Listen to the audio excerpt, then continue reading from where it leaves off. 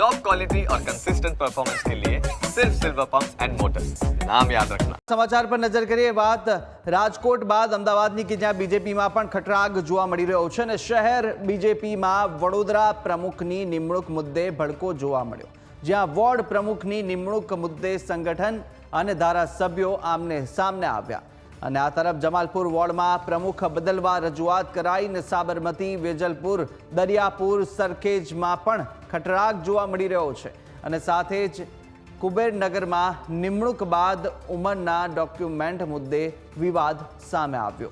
તો આંતરિક ખટરાગને કારણે 8 વોર્ડના પ્રમુખની જાહેરાત હજુ પણ બાકી છે। તો રાજકોટ બાદ હવે ક્યાંક બીજેપીના અમદાવાદની અંદર પણ આંતરિક વિવાદ જોવા મળી રહ્યા છે અને ખટરાગને લઈને અનેક વોર્ડના પ્રમુખોની નિમણૂક છે તે પણ હાલ બાકી છે। શહેર બીજેપીમાં વોર્ડ પ્રમુખની નિમણૂક મુદ્દે હવે ભડકો સામે આવી રહ્યો છે। તો આ જ મુદ્દે સંવાદદાતા જયેશ સીધા જોડાઈ ચૂક્યા છે। જયેશ, જે રીતે રાજકોટમાં જે વિવાદ હતો, આંતરિક વિવાદ, ક્યાંક નારાજગી જોવા મળી ને હવે અમદાવાદમાં પણ સંગઠનની અંદર બીજેપીમાં ક્યાંક ને ક્યાંક નારાજગી જોવા મળી રહી છે, શું વિગતો સામે આવી રહી છે?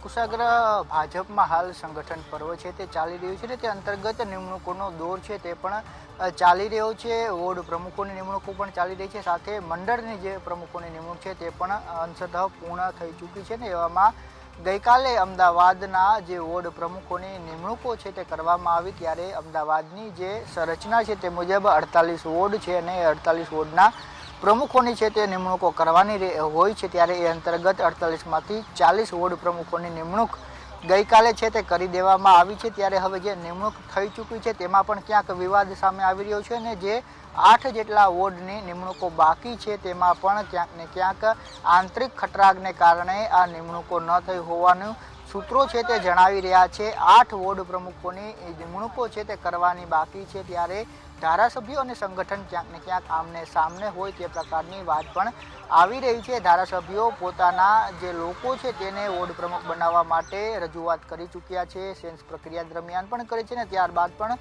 વિવિધ પદો ઉપર તેમણે રજૂઆતો કરી છે, પરંતુ પાર્ટી છે તે અન્ય લોકોને તક આપવા માંગતી હોય એ પ્રકારની વાત પણ આવી રહી છે। એટલે શહેરના જે ધારાસભ્યો છે તે અને સંગઠન વચ્ચે ક્યાંક ને ક્યાંક મનમુટાવ છે તે આ મામલે જોવા મળી રહ્યો છે। તો નરોડા સહિતના જે જમાલપુરમાં પણ જે પ્રકારે નિમણૂક વોર્ડ પ્રમુખની કરવામાં આવી છે તેને લઈને પણ વિવાદ છે તે ચાલી રહ્યો છે। ત્યારે મહત્વનું છે કે ભરૂચમાંથી પણ આ પ્રકારની ફરિયાદ મંડળ પ્રમુખને લઈને આવી છે, તો એ જ સાથે આણંદના ઉમરેઠમાં પણ જે મંડળ પ્રમુખની નિમણૂક કરવામાં આવી છે તેનો પણ વિવાદ છે તે પ્રદેશ સુધી પહોંચ્યો છે। એવામાં હવે અમદાવાદ કે જે સૌથી મોટું જે જિલ્લો અને મહાનગર છે તે માનવામાં આવે છે ત્યાં પણ હવે આ વિવાદ છે તે આવ્યો છે અને આ વિવાદ સંગઠન અને જે ધારાસભ્યો છે તેમની વચ્ચે છે। ધારાસભ્યો પોતાના લોકોને છે તે વોર્ડ પ્રમુખ બનાવવા માગે છે, પરંતુ સંગઠન છે તે અન્ય નામો ઉપર વિચારી રહ્યું છે, જેને લઈને જ આ મડાગાંઠ છે તે હજુ ઉકેલાયો નથી અને અત્યારે એ ચર્ચા ચાલી રહી છે। ત્યારે આગામી 1 થી 2 દિવસમાં આનો કોઈ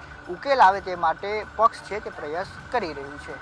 બિલકુલ, અને જયેશ, જે રીતે સંગઠન હોય કે ભાઈ ધારાસભ્યોની જે માંગ છે તેમના માણસો મૂકવા માટેની જે વાત આપ કહી રહ્યા છો, પરંતુ આ વચ્ચે પક્ષ કઈ રીતે જોઈ રહ્યું છે? પક્ષ કોના ઝુકાવ બાજુ વધારે રહેશે? કારણ કે જ્યારે સંગઠનની વાત આવે, સંગઠન એક શિસ્ત પાર્ટી તરીકે બીજેપીનું નામ હંમેશા લેવામાં આવતું હોય છે અને આ જ રીતે અંદર ખટરાગ જ્યારે સામે આવતા હોય ત્યારે અનેક સવાલો ઉઠાતા હોય અને જો પ્રમુખોની પણ જે નિમણૂક થઈ ચૂકી છે તેને પણ બદલવાની જો માંગ કરતા હોય ત્યારે હવે પક્ષ કઈ બાજુ વિચારશે, કોનું પલડું ભારી રહેવાનું છે અને કઈ રીતે પક્ષ નિર્ણય લઈ શકે છે?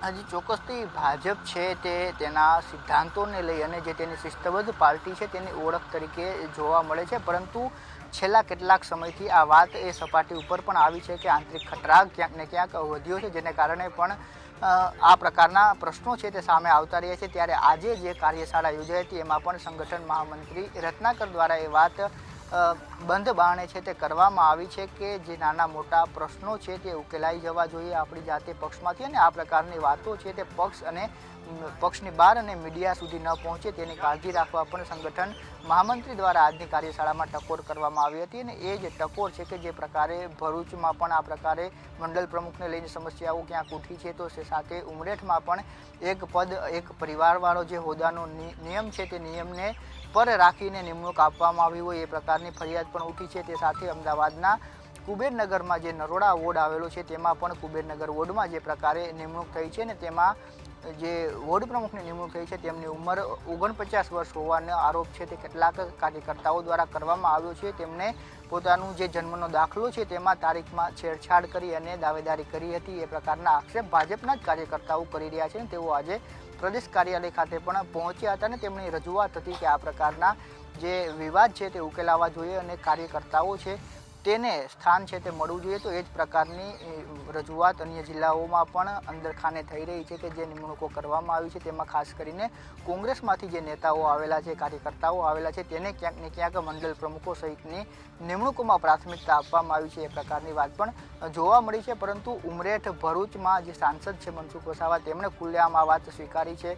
તે સાથે જે ઉમરેઠ છે ત્યાંથી એક પત્ર ધારાસભ્ય દ્વારા રત્નાકરજીને લખવામાં આવ્યું છે અને આ જ પ્રકારે કુબેરનગર અમદાવાદનું લઈને પણ રજૂઆત થઈ છે। સાથે જમાલપુરમાં પણ વોર્ડ પ્રમુખ બદલાવવા માટે રજૂઆત છે તે કરવામાં આવી છે। ત્યારે જ્યારે આટલા મોટા સંગઠનમાં આ પ્રકારની જે પ્રક્રિયા થતી હોય છે ત્યારે અમુક નાના વિવાદો છે તે પણ જોવા મળી રહ્યા છે। પરંતુ અમદાવાદનો જે વિવાદ છે તે અમદાવાદનો વિવાદ ડાયરેક્ટ સંગઠન અને ધારાસભ્યોની વચ્ચે છે। ધારાસભ્યો પોતાના લોકોને છે તે સેટ કરવા માગી રહ્યા છે, જ્યારે સંગઠન અલગ વિચારી રહ્યું છે। તેને કારણે જ ગઈકાલે જે નામ જાહેર કરવામાં આવ્યા તેમાંથી 8 વોર્ડ પ્રમુખો છે તેમના નામ છે તે હજુ પણ જાહેર નથી કરવામાં આવી રહ્યા અને ત્યારે માનવામાં આવી રહ્યું છે કે સૂત્રો પણ એ વાતની પુષ્ટિ કરી રહ્યા છે કે ક્યાંક ને ક્યાંક ધારાસભ્યો અને સંગઠન વચ્ચે આ બાબતને લઈને મડાગાંઠ છે જે આગામી દિવસોમાં ઉકેલાઈ જશે। અને જયેશ, શું લાગી રહ્યું છે જે આ કોકડું છે ગૂંચવાયેલું તે ક્યાં સુધી ઉકેલાઈ શકે છે અને જે તે નિમણૂક છે તે ફરી જે બાકી રહી છે 8 વોર્ડની તે ક્યાં સુધી થઈ શકે?